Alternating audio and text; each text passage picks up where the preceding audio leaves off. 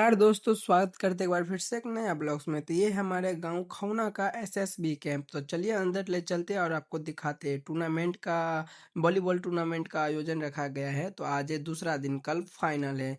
तो चलिए आप लोगों को दिखाते हैं और घुमाते हैं और पूरा एसएसबी कैंप दिखाते हैं। अभी जो आप लोग को दिख रहा है, यहाँ पर मैच हो रहा है अपने खौना गांव में। और एसएसबी कैंप भारत और नेपाल के बॉर्डर कहा जाता है आप लोग को। और बता दें कि ये देखिए कितना अभी टूर्नामेंट हो रहा है और देखते हैं कौन जीतता है और कौन हारता है।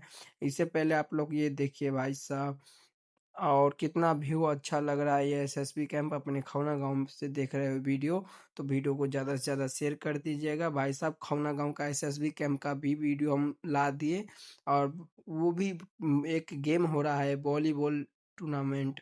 देखिए और बताइए कैसा लग रहा है ब्लॉग।